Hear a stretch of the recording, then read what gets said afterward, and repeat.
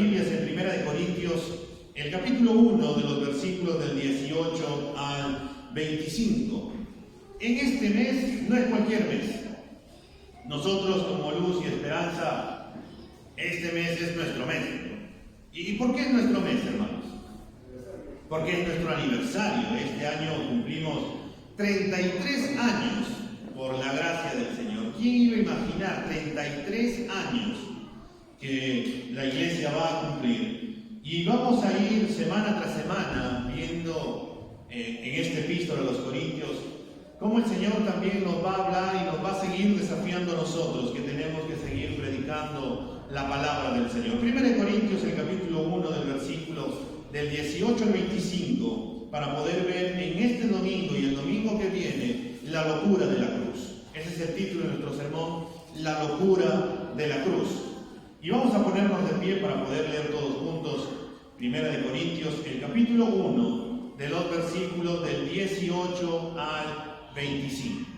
Leemos juntos, dice: porque la palabra de la cruz es necedad para los que se pierden, pero para nosotros los salvos es poder de Dios, porque está escrito: destruiré la sabiduría de los sabios y el entendimiento de los inteligentes desecharé. ¿Dónde está el sabio? ¿Dónde está el escriba? ¿Dónde está el que sabe discutir en este siglo? ¿No ha hecho Dios que la sabiduría de este mundo sea necedad? Pues ya que en la sabiduría de Dios el mundo no conoció a Dios por medio de su propia sabiduría, agradó a Dios mediante la necedad de la predicación salvar a los que creen. Porque en verdad los judíos piden señales y los griegos buscan sabiduría. Pero nosotros predicamos a Cristo crucificado, piedra de tropiezo para los judíos y necedad para los gentiles. Sin embargo, para los llamados, tanto judíos como griegos, Cristo es poder de Dios y sabiduría de Dios. Porque la necedad de Dios es más sabia que los hombres y la debilidad de Dios es más fuerte que los hombres. Vamos ahora. Padre, en esta mañana nos presentamos en el nombre de Cristo Jesús. Señor, te damos gracias porque tú eres bueno para con nosotros. Como te hemos alabado, Señor, en esta mañana, tú eres nuestro Rey, tú eres nuestro Señor. Tú eres quien hace, Señor, un camino nuevo cuando nosotros no podemos ver que hay salida. Señor, tú que eres ese Dios sorprendente y maravilloso, un Dios tan sabio, tan grande y majestuoso. Te pedimos que nos hables, Señor, en esta mañana, por medio de tu palabra, que nos ministres, que nos guíes, que nos desafíes, Señor, y nos ayudes a recordar, Señor, la locura de la cruz, la locura de la predicación, Señor, del Evangelio del Cristo crucificado.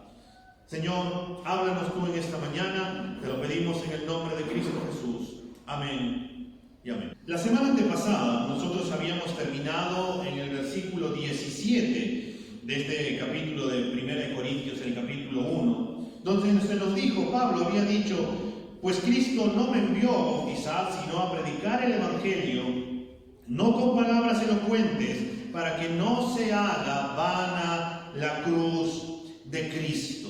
Y Pablo empezó a hacer ese contraste entre palabras elocuentes, en otras palabras, en una retórica, en una palabra que podía, en una supuesta sabiduría, tratando que de esa manera era mejor que el Evangelio. Pero Pablo dice: yo no te he hablado con palabras elocuentes, sino que más bien yo te he hablado y te he predicado con el Evangelio, para que no se haga vana la cruz. ¿Por qué? Para poder mostrar que en el Evangelio es poder de Dios que se manifiesta en la cruz del Calvario, en el Evangelio, no en palabras elocuentes, no en palabras persuasivas de la sabiduría de este mundo.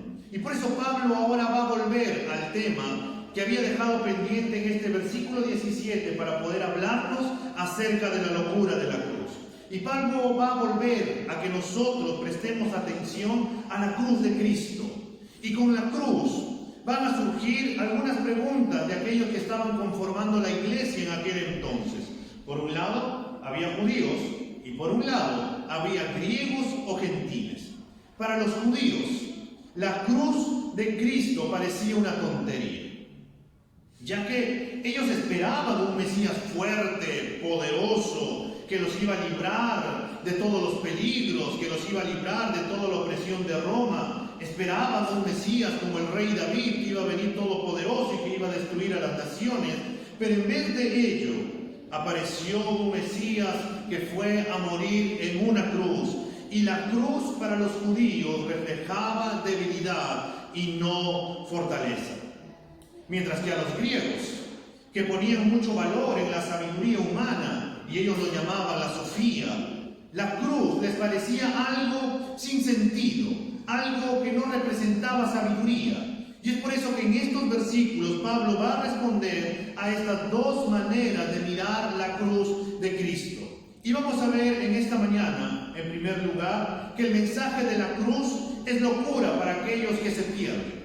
Le volvamos a leer el versículo 18 que nos dice: porque la palabra de la cruz es necedad o es locura para los que se pierden, pero para nosotros los salvos es poder de Dios.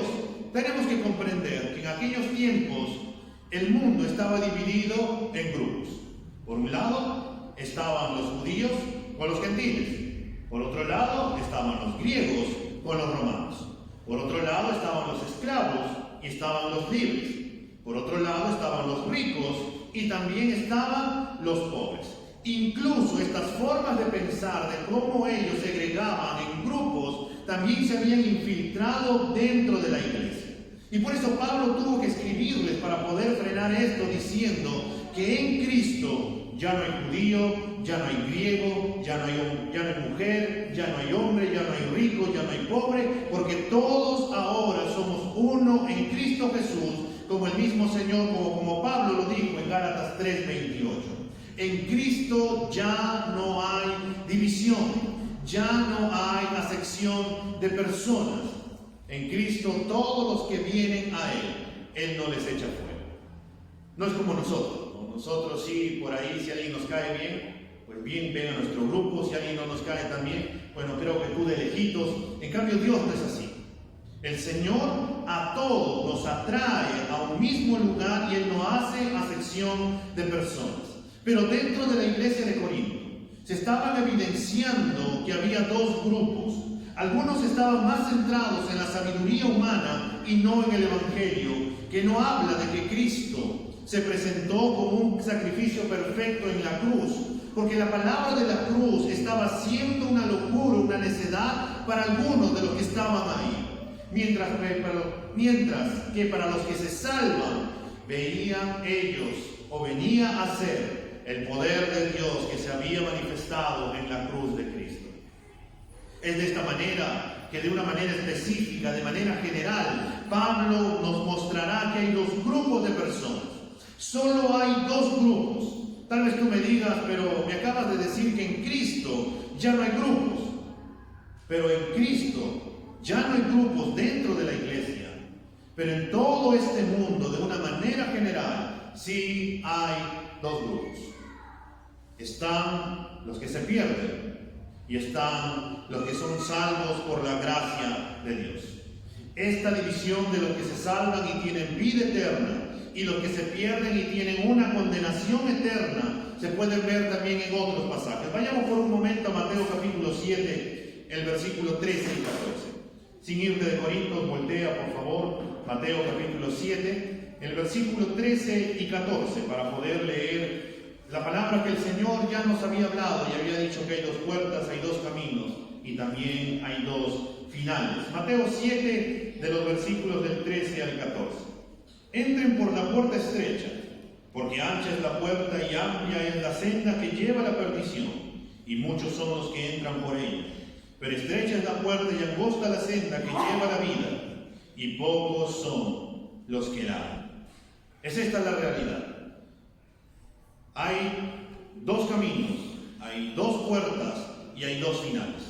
El ser humano toma una decisión al final. O bien entra por la puerta ancha y sigue viviendo toda su vida sin Cristo, donde según esta persona se va a deleitar, va a disfrutar de la vida, va a obtener muchos beneficios, pero al final tiene un final. Y es toda una vida eterna sin Dios, en otras palabras, en el infierno. Y el otro camino es una puerta estrecha, donde un camino angosto, pedregoso, donde la vida no es algo sencilla, donde hay mucho sufrimiento, pero a la vez también es la más hermosa que existe, porque no estamos solos y porque tiene un final feliz. Y este final feliz es porque estaremos con Cristo por toda la eternidad. El Señor Jesús también dijo en Juan 3:18, el que cree en Él, en el Hijo, no es condenado, pero el que no cree ya ha sido condenado porque no ha creído en el nombre del unigénito Hijo de Dios.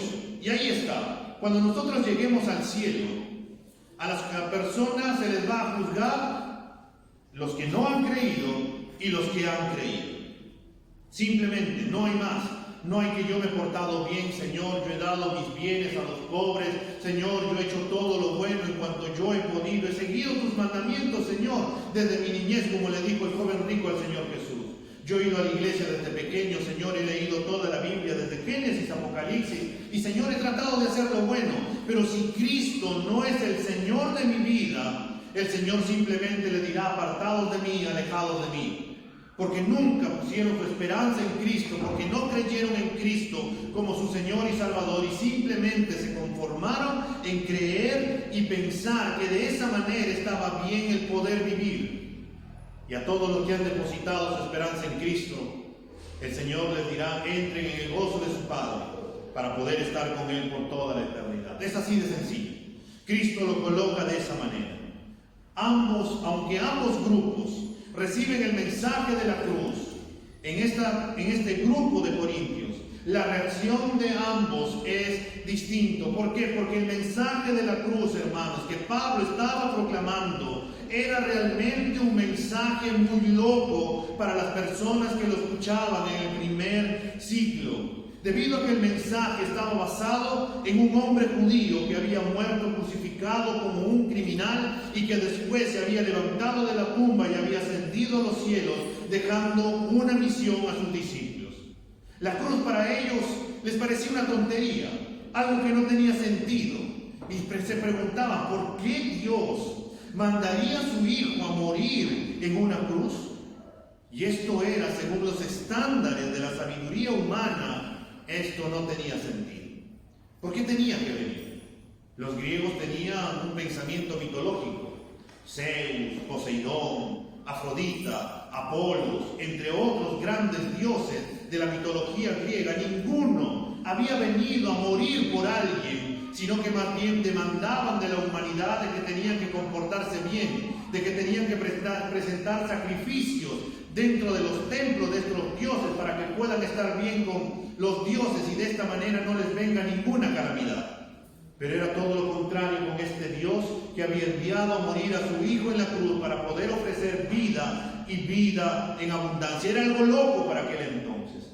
Además, hermanos, para nosotros es difícil entender lo vergonzoso, lo obsceno, lo horrible e inmoral que resultaba hablar de la cruz en el primer siglo. Y tal vez tú digas, pero ¿por qué era de esta manera?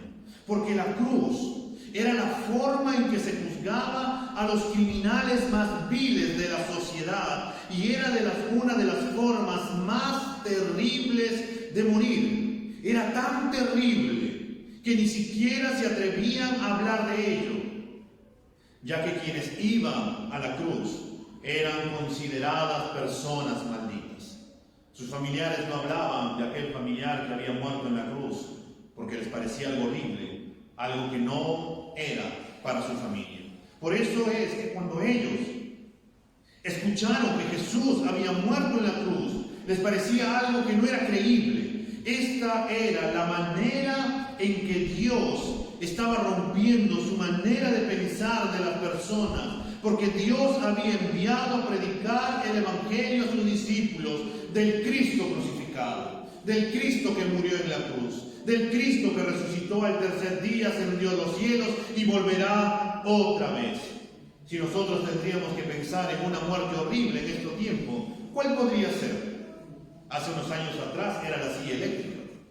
Uno decía, wow, ¿cómo es posible que puedan hacer sufrir a esa persona en la silla eléctrica de poder pasar electricidad y de esta manera terminar siendo quemado internamente? Era una manera horrible de poder morir. O como por ahí podemos pensar que otra forma de poder castigar es la horca, como hace muchos años atrás o siglos atrás. Era una forma de castigar a todos aquellos que se portaban mal. O si nos hubiéramos ido o vivido en la cultura china, o coreana, o japonesa, Cuando se tenía que matar a los criminales, lo que lo hacían era, aparecía el verdugo y terminaba cortándole la cabeza, porque ellos merecían, y esto lo hacían a plena luz del día, en plena plaza. Era algo terrible. La cruz en aquel entonces también reflejaba una muerte terrible. Y si para nosotros en este tiempo estas formas de morir son algo terrible, imagínate en aquel entonces a estas personas. Pero Pablo nos dice que para los que se pierden es locura este mensaje. Pero para todos los creyentes, para todos los que han depositado su fe en Cristo, para todos los que creen y han dicho: Jesús, tú eres mi Señor y Salvador, esto es algo poderoso para nosotros. Y por eso Pablo se incluye diciendo: para nosotros el Evangelio, para los creyentes es algo poderoso, la cruz de Cristo. Los que escuchan el Evangelio y lo toman como necedad, como locura, como algo que las minorías deben de tomar, lo que solo lo abrazan, los que pasan necesidad o han pasado algún problema o algún vicio, y tal vez has escuchado de esta manera: no, yo no necesito el Evangelio. ¿Para qué? Si estoy bien. Mi familia está bien, tengo un buen trabajo, no sufro ninguna enfermedad, me está yendo bien económicamente hablando, mis hijos están estudiando, o yo estoy estudiando bien. ¿Para qué? No tengo necesidad de seguir el Evangelio. Ese Evangelio simplemente es una forma de que te cambien la manera de pensar, o es una forma en la cual trata de la sociedad el poder atraerte y poder cerrarte tu manera de pensar. No te dejan pensar, sino que más bien siguen viviendo en una forma retrógrada, como antiguamente piensan. No, yo quiero salir de la religión. Yo quiero ser libre, yo por eso no sigo a la religión. Y esa es mucha de la manera de las personas que no quieren seguir el Evangelio porque les parece una locura. Ellos supuestamente están viviendo bien, pero cuando pasa un problema, cuando pasa un temblor muy fuerte, esas mismas personas son las que salen a la calle y empiezan a decir o a orar: Señor, ayúdame. O cuando un familiar está con un cáncer terminal o tiene una enfermedad terminal, empiezan a pensar de que es posible, de que Dios puede existir, y empiezan a buscar de Dios. Pero a veces Dios utiliza esos medios para que las personas también puedan salir o ser rotos su orgullo y puedan buscar del Señor. Para algunos les parece más creíble pensar en este tiempo que existe una diosa madre, o pensar de que Cristo ya volvió, o les parece más creíble pensar de que Cristo está en Corea, o pensar de que Cristo está por México, o pensar de que Cristo ya vino en la forma de Ezequiel Atocusi y así consecutivamente. Y les parece más creíble que la locura de la cruz, de poder creer en el Evangelio. Les parece más creíble creer en hombres que han dicho ser Cristo en la tierra cuando no lo son. Pero hermanos, para los que creen, para los que se han arrepentido y han visto a Cristo como su Señor y Salvador, la cruz significa poder de Dios. Porque por medio del sacrificio perfecto de Jesucristo en la cruz es que nosotros ahora podemos ser salvos. Podemos ahora tener vida y vida en abundancia. Podemos tener una relación personal con el Padre. Creemos que es por la inmensa gracia del Señor que nos ha salvado, que nos ha dado una nueva vida, una que no se compara con la que este mundo nos pueda dar o nos pueda ofrecer, porque el Evangelio que el Señor nos ha ofrecido y nos da es poder de Dios.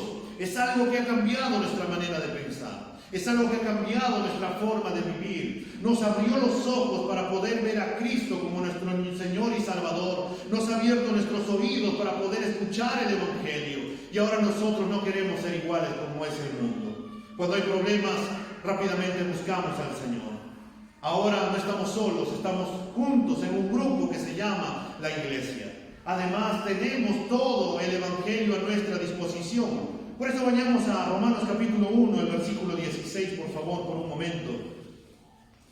Romanos capítulo 1, el versículo 16, nos dice: porque no me avergüenzo del Evangelio, pues es el poder de Dios para la salvación de todo el que cree, del judío primeramente y también del griego. Porque no me avergüenzo del Evangelio, porque es poder de Dios. Y este poder de Dios no es solamente os sucedió en un momento específico, cuando tú viniste a Cristo y le dijiste: Señor, sé tú el Señor de mi vida, perdona mis pecados Y ahora, Señor, ayúdame a poder vivir en esta vida diaria, siendo tú el Señor de mi vida. No solamente para ese momento, el Evangelio es para todos los días de nuestra vida, porque es poder, porque nos ayuda a poder vivir nuestra vida cristiana. Cuando estoy en tentación, necesito del poder del Evangelio para poder decir no a la tentación. Cuando estoy a punto de abrir mi boca para poder gritar, insultar, renegar o decir una mala palabra a otra persona, el Evangelio en ese momento actúa y el poder de Dios me ayuda a poder frenar mi lengua. Cuando estoy a punto de que mis pies me lleven a lugares donde no debería de estar, el Evangelio incluso actúa en ese momento para poder yo decir no, prefiero obedecer a Dios antes que ser obediente a mis deseos. Es por eso que el Evangelio es poder de Dios. El Evangelio es para toda mi vida, para todos los días de mi vida. Solo Dios puede salvar, solo Dios puede justificar, solo Dios puede restaurar, solo Dios puede dar vida, solo Dios puede dar esperanza, gozo y paz, porque es poder de Dios. Hermanos, la palabra poder viene de la palabra dunamis, de donde deriva nuestra palabra dinamita. Esta palabra denota una poderosa potencia eficaz que estremece. Y en este sentido, la predicación del Evangelio constituye una poderosa fuerza eficaz que transforma hasta el peor de los pecadores. Si tú tienes que verte en un espejo y te miras, Dios, ¿cómo pudiste tú amarme de esa manera?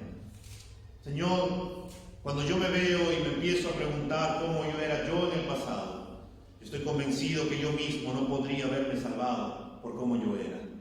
Pero el Señor nos ha mostrado gracia, el Señor nos ha mostrado salvación.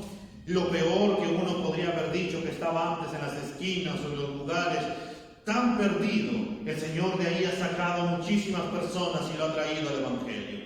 Y tal vez tú digas, pero yo no he estado en ese mundo, mi vida no ha sido tan mala que digamos, pero éramos pecadores. O seguimos siendo pecadores. La diferencia es que en aquel entonces no conocíamos a Cristo. Pero Él tuvo misericordia de nosotros, a pesar de nosotros, Él decidió salvarnos.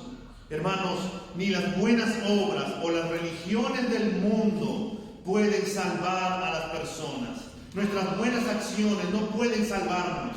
El único que puede salvarnos es Jesucristo, el Evangelio de Jesucristo, porque es poder de Dios. Y por eso, amado hermano, el Evangelio es una locura para las personas que no conocen del Señor. Pero para nosotros es poder de Dios.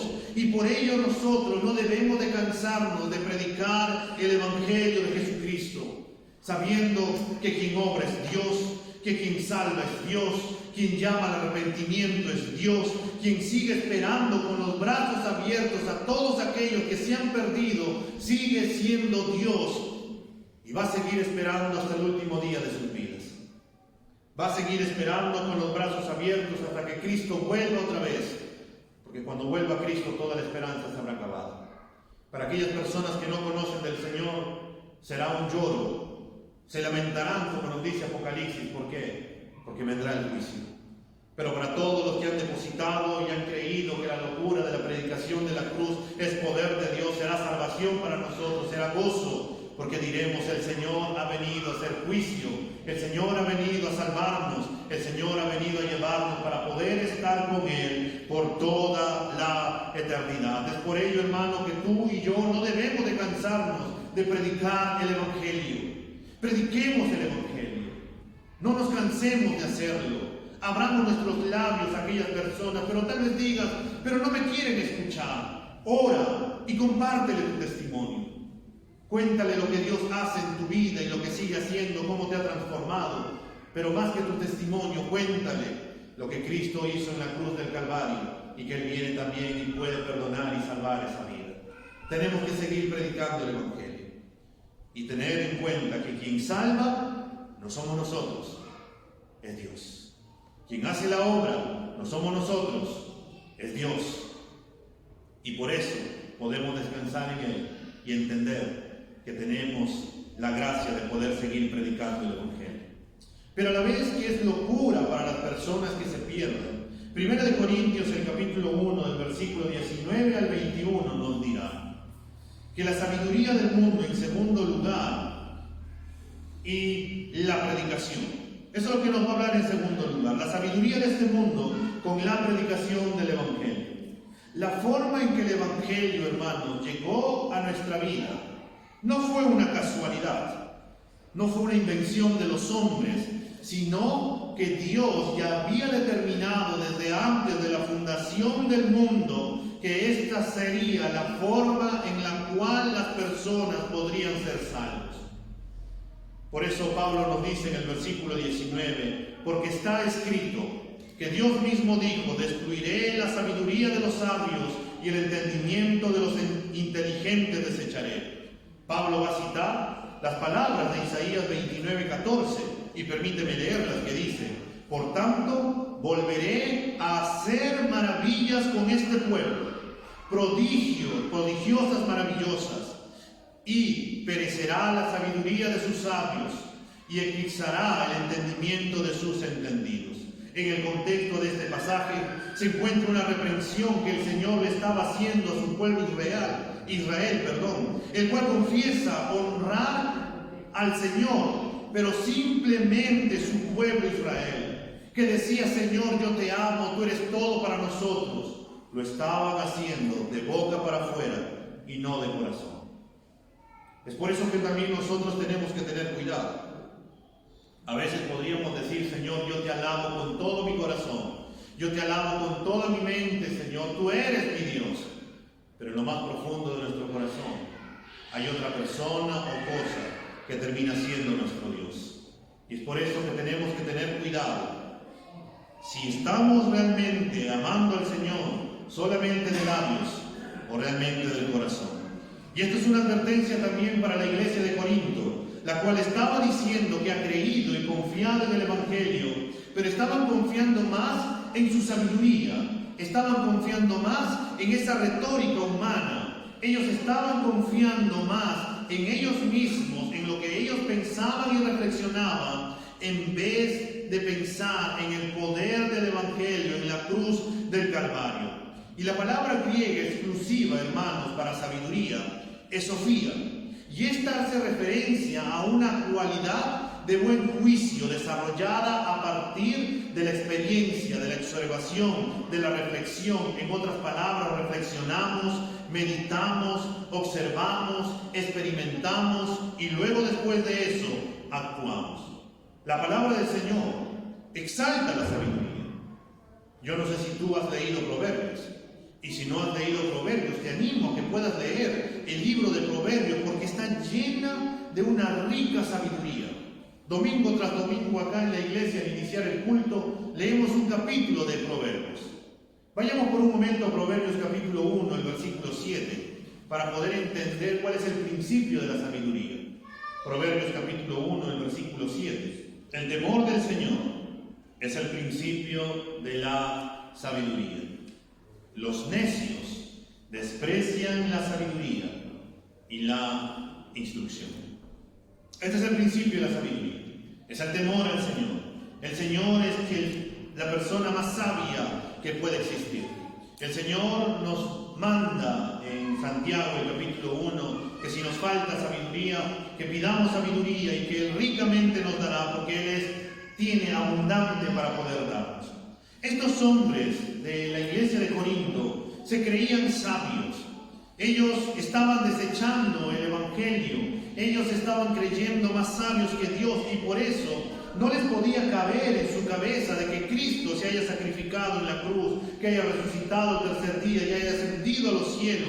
Por ello Dios mismo se iba a encargar de destruir la supuesta sabiduría de los hombres y desechar la supuesta inteligencia de los hombres.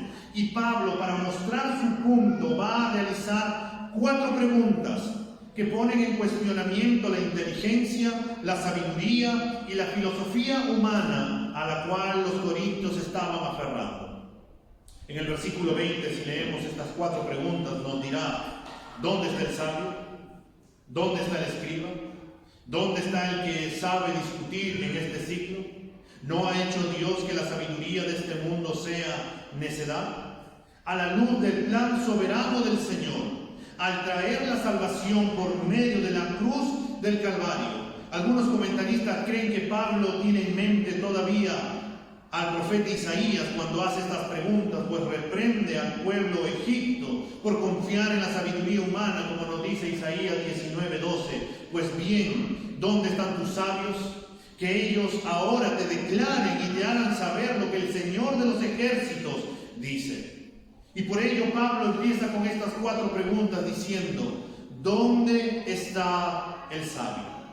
La palabra sabio, hermanos, alude a la sabiduría humana.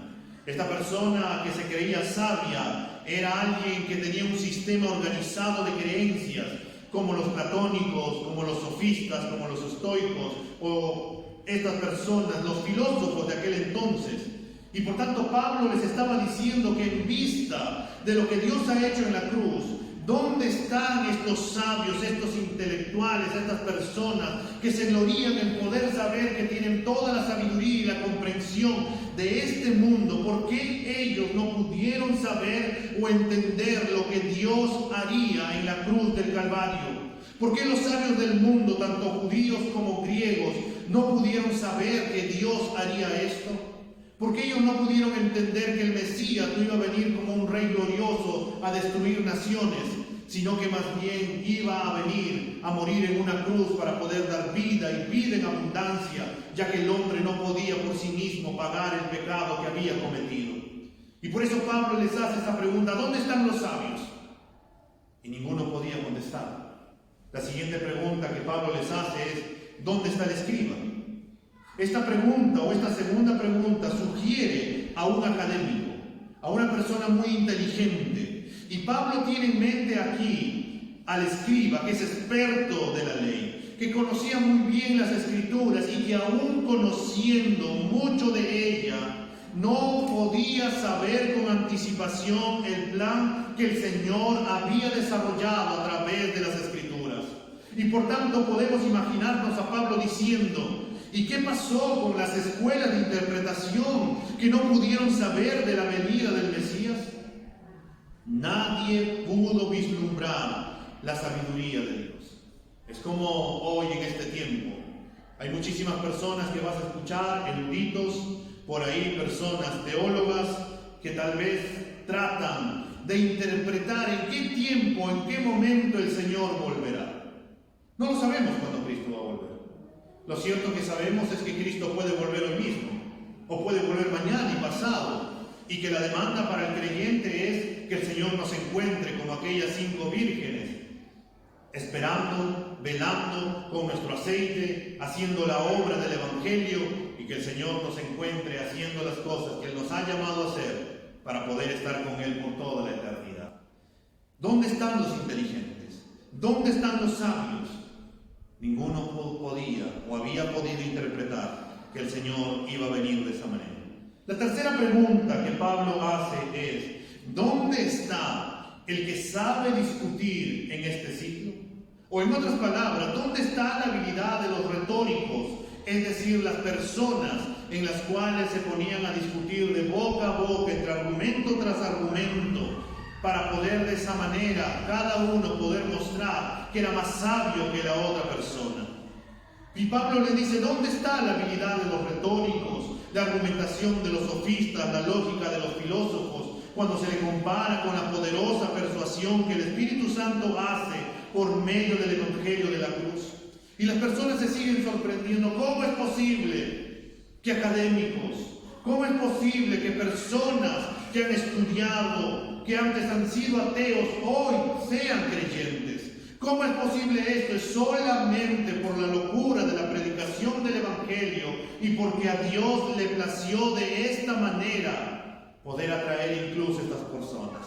¿Por qué? Porque el Evangelio es poder de Dios. Nadie puede resistirse al llamado de Dios. Cuando Dios hace un llamado a una persona, la persona simplemente le queda poder ir y continuar ante la voz del Señor que lo llama para poder vivir el Evangelio. Y Pablo, después de hacer estas preguntas, donde ni los sabios, ni los inteligentes, ni los que saben argumentar han podido discernir, ni han podido entender el plan de Dios, por ello les va a hacer una pregunta más. Y les dirá en este mismo versículo 20 de 1 Corintios: ¿no ha hecho Dios que la sabiduría de este mundo sea necedad o sea locura? Esta pregunta es muy interesante porque podríamos pensar que entonces, ¿o dónde queda la sabiduría de este mundo? ¿La sabiduría entonces de este mundo no sirve para nada? No es eso lo que Pablo trata de decir. Porque cuando nos vamos a las Escrituras y recorremos la historia de la humanidad, vamos a ver que los hombres han desarrollado tecnología, hay avances científicos beneficiosos para la humanidad y muchos de ellos han sido reconocidos. Tenemos medicamentos, tenemos vacunas, tenemos aparatos electrónicos, podemos filmar, podemos ahora tener un automóvil, podemos ir en bus, hay bicicletas, podemos tener luz, energía eléctrica. Y así consecutivamente podemos tener un montón de cosas muy buenas. Y todo eso el Señor le ha dado sabiduría a los hombres. Y entonces, ¿en qué sentido ha enloquecido Dios a la sabiduría humana?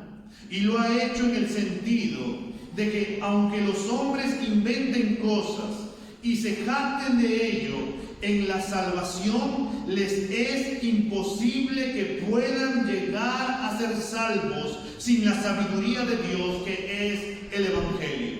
Que por más que ellos se esfuercen y por más que ellos logren adquirir una sabiduría o inteligencia muy superior, ellos nunca por sí mismos podrán obtener la salvación, porque es el Evangelio, porque es poder de Dios, porque es netamente de Dios.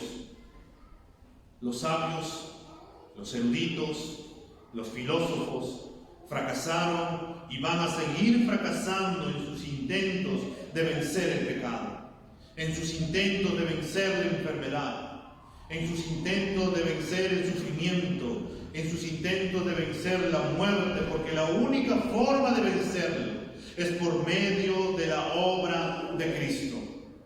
Hoy en día los científicos tratan de descubrir el ADN y siguen haciéndolo para poder clonar a la humanidad y que de esta manera el hombre pueda vivir eternamente.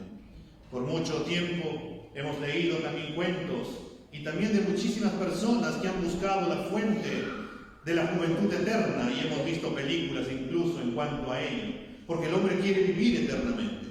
Muchísimas personas pudientes tienen muchísimo dinero y piensan que por medio de ese dinero ellos van a poder vivir eternamente, pero que en muchas ocasiones no saben que al día siguiente, producto de una enfermedad, terminan muriendo. Y aún a pesar de todo el dinero que puedan obtener, o de toda la inteligencia que puedan tener, o que en todos los medios tecnológicos que en este tiempo podamos tener, no van a poder vencer a la muerte. Porque el único que pudo vencer a la muerte es Jesucristo. Y que cuando nosotros partamos, sabemos que vamos a resucitar y estaremos con el Señor por toda la eternidad. Y esto no lo puede hacer el mundo. Y por eso en el versículo 21, hermanos, de este capítulo 1 de 1 de Corintios nos dice: pues ya que en la sabiduría de Dios el mundo no conoció a Dios por medio de su propia sabiduría, agradó a Dios mediante la necedad o la locura de la predicación salvar a los que no creen. Este versículo nos plantea la conclusión de todas las afirmaciones que Pablo nos ha venido diciendo en los versículos anteriores. Y es que Dios no permitió que el hombre lo conociera por medio de la sabiduría humana. Ahora se podría decir que el hombre no está enterado de que Dios existe. Tal vez algunos dirían: pero entonces el hombre no sabe de que Dios existe. No, el hombre tiene conocimiento de que Dios existe.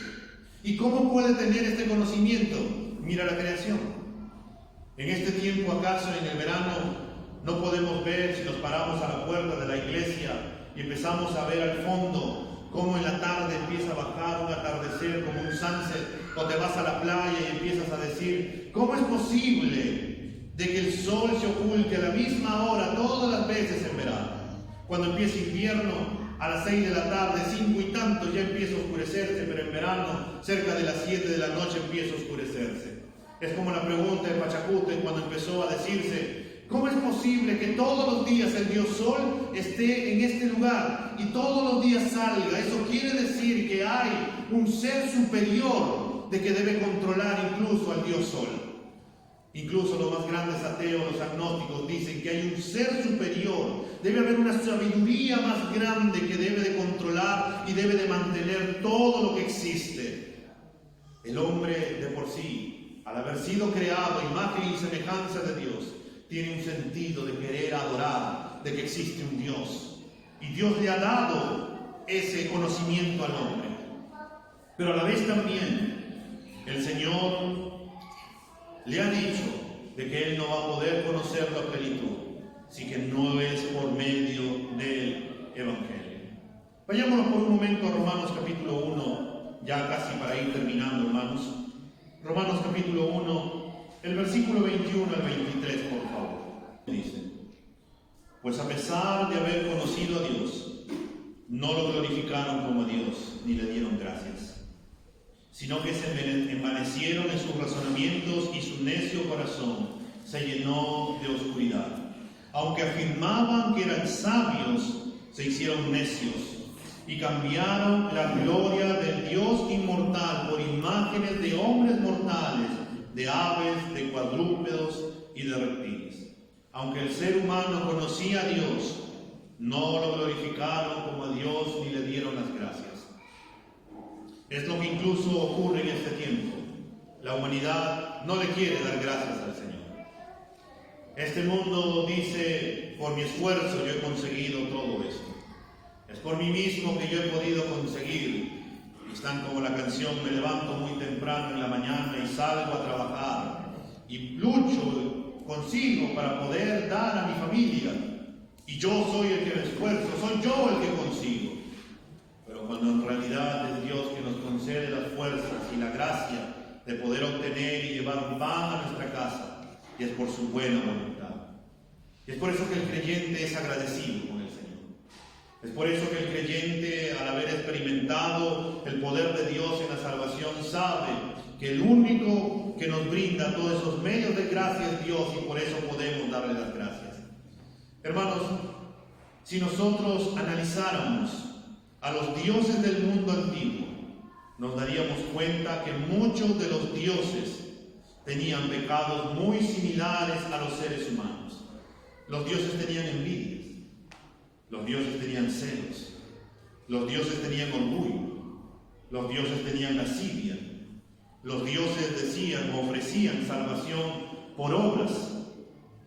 Y esto es así porque los seres humanos habían creado dioses a su propia imagen y semejanza, y de igual manera los filósofos o esas personas importantes, inteligentes de aquel entonces buscaban encontrar el fundamento de todas las cosas, como en este tiempo, y los judíos tratan de saber cuándo vendría el Mesías, pero nadie en aquel entonces quería, o algunas personas no querían aceptar que el mensaje de la cruz es el mensaje de Dios y es la sabiduría de Dios. Por eso agradó a Dios mediante la locura, la necedad de la predicación del Evangelio, salvar a los que creen. Cuando el apóstol Pablo escribió la epístola a los romanos, hermanos, lo hizo estando en Corinto, viendo todo lo que ocurría en Corinto. Es por eso que él escribió, donde las pasiones desordenadas entre hombres con hombres, mujeres con mujeres, donde cambiaron lo natural por lo contra natura, donde el hombre no quería glorificar a Dios ni darle las gracias, sino que se habían hecho imágenes y templos de dioses, de aves, de cuadrúpedos, de reptiles, y Dios los había envanecido y entregado a un pensamiento erróneo, donde los hombres desobedecían a los padres, donde había ira, chismes, entre tantas cosas. Y era todo porque se habían apartado del Evangelio y porque a Dios le plació que por medio de la predicación del Evangelio las personas pudieran ser salvas. Dios quiso que los hombres vinieran a la salvación por la locura de la predicación. Y hay que tener cuidado, hermanos, aquí al pensar que esto se refiere simplemente al acto de predicar en sí, como algunos interpretan. En realidad esto se refiere al mensaje que es predicado, es decir, el Evangelio, de que Cristo vino a este mundo conforme a las Escrituras, que caminó con medio de nosotros conforme a las Escrituras, que murió en la cruz conforme a las Escrituras, Escrituras, que fue sepultado y que resucitó al tercer día conforme a las Escrituras, que ascendió a los cielos y que volverá otra vez conforme a lo que Él ha dicho. Ese es el Evangelio. El Evangelio es poder de Dios. El Evangelio sigue transformando. El Evangelio sigue mostrando de que fue Dios quien tomó la iniciativa de salvar a los llamados por medio de la predicación del Evangelio. Dios decidió salvarte por medio de la predicación del Evangelio. No fueron tus buenas obras. No fueron lo capaz que tú eras. No fue por lo talentoso o talentosa que tú eras, sino fue porque Dios te mostró gracia sobre gracia. Por eso el mensaje de la cruz, hermanos, sigue siendo una locura para los que se pierden. Y para nosotros, los que creemos, sigue siendo poder de Dios. El Evangelio les parece locos a las personas de diversas razones. Una de ellas es porque humilla al hombre, porque le dice que el hombre lo único que tiene que hacer es creer. Le dice al hombre que lo único que tiene que hacer es aceptar por fe el perdón de sus pecados, el arrepentimiento, y que venga corriendo a los brazos de Cristo. El hombre quiere hacer cosas. El hombre quiere ganarse la salvación. El hombre quiere hacer obras.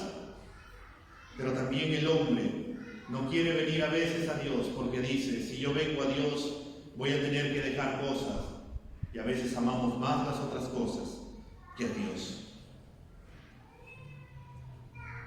Fue Dios, hermanos, quien tomó la iniciativa en nuestras vidas. ¿Te acuerdas cuando Cristo vino a tu vida? ¿Hace cuánto tiempo ya fue? Algunos ya muchísimos años. Si tengo que recordar, recordaré que fue aquel 30 de mayo del año 2004. Ya han pasado 20 años. Ya saqué DNI. Ya pasé unos cuantos años más. ¿Cuántos años tú tienes en la fe? Tal vez tú me digas, tengo 33 años desde que se fundó la iglesia. Tal vez 1 año, 2 años, 10 años. ¿Cómo fue aquel momento cuando Cristo vino a tu vida? Y fue por la predicación del Evangelio. Y déjame decirte que para muchos es posible que te hayan llamado loco, loca. ¿Cómo es posible que has tomado esa decisión? ¿Cómo es posible que estás yendo a la iglesia? ¿Por qué sigues a Cristo? Te están lavando el cerebro. El mundo sigue pensando que es locura, pero nosotros pensamos que es poder de Dios, porque solamente Dios podía haber transformado nuestro corazón, cambiado nuestra manera de pensar, y Cristo todavía sigue transformando el corazón de las personas.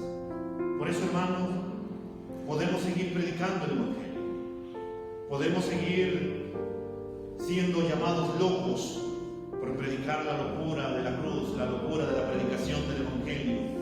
Y este año, este mes, que cumplimos 33 años como iglesia, podemos ser catalogados como una iglesia loca, porque sigue predicando el Evangelio, a pesar de que hemos pasado por muchísimas cosas. Y nosotros lo hacemos porque es poder de Dios, porque es sabiduría de Dios, porque Dios sigue mostrando gracia sobre gracia en nuestra vida. Y Él está empecinado con nosotros, y Él seguirá haciendo la obra en nosotros. Vamos a quedarnos acá. La semana que viene vamos a continuar con los versículos del 22 al 25, y donde veremos el poder de Dios también a través de la locura de la predicación del Evangelio. Y vamos a ponernos de pie.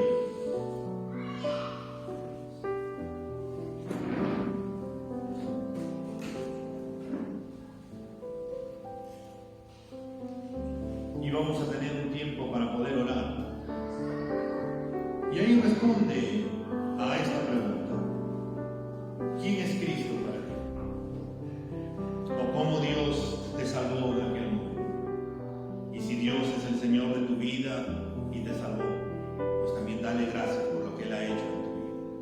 Padre, en esta mañana nos acercamos en el nombre de Cristo Jesús.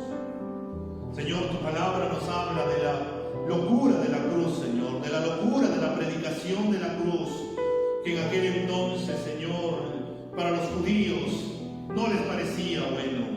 Para los griegos no era nada atrayente, porque no les parecía que un hombre judío viniera a morir en una cruz, que resucitara, ascendiera y que les mandara a sus discípulos a predicar el Evangelio.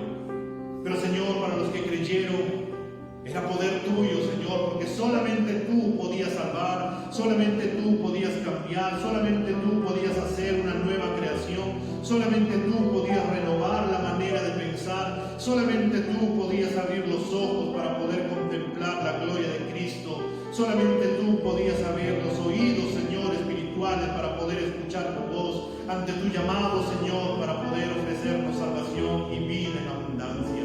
Solamente fuiste tú con los brazos abiertos, Señor, atrayéndonos con esos lazos de amor para poder venir delante de ti.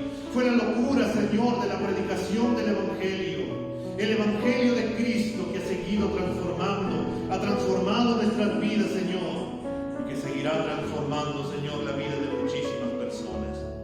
Señor, te damos gracias, porque eres tú quien por medio de la predicación, Señor, por medio del Evangelio, tú has transformado nuestra vida. Es como, Señor, aquel corito cuando Cristo vino a mi vida cambió. Su paz y su amor alejaron de mí la tristeza y el dolor, porque tú, Señor, transformaste nuestra vida. Fue un día especial, Señor, para cada uno de los que estamos aquí, cuando tú viniste a nosotros. Fue el Evangelio que nos transformó, fue el Evangelio que nos mostró perdón de pecados, fue el Evangelio que nos dimos cuenta, Señor, que éramos pecadores, que habíamos hecho lo malo delante de tus ojos, pero que tú no nos condenabas, sino que nos abrazabas y nos perdonabas y cambiabas nuestras vestiduras y nos dabas un nombre, colocabas un anillo como pertenencia de que somos tus hijos y sandalias para poder caminar, Señor, día tras día. Señor, gracias porque tú sigues siendo bueno y fiel. Porque a pesar de nuestras infidelidades, Señor, durante todo el tiempo que hayamos tenido de creyentes, tú eres el que nos ha hecho perseverar hasta ahora. Señor, como iglesia vamos a cumplir 33 años. Y ayúdanos, Señor, a que en este año podamos, Señor, predicar con más vehemencia, Señor, el Evangelio. Que podamos darnos cuenta, Señor, de que hay muchas personas que necesitan del Evangelio. Señor, ayúdanos a seguir predicando, a seguir orando por nuestros familiares que necesitan del Evangelio. Ayúdanos, Señor, y quita de nuestra mente la mentira de pensar de que ya no tienen remedio, que ya no tienen solución, cuando quien tiene la última palabra eres tú, Señor, porque tú eres quien salva, porque tú eres quien sana, porque tú eres quien restaura, porque tú eres, Señor, quien atrae al Evangelio. Señor, te pedimos que uses nuestra vida para tu gloria, que nos ayudes a predicar el Evangelio y que tú, Señor, en tu sabiduría pongas las palabras adecuadas para poder predicarles y hablarles, Señor, a aquellos que necesitan de ti.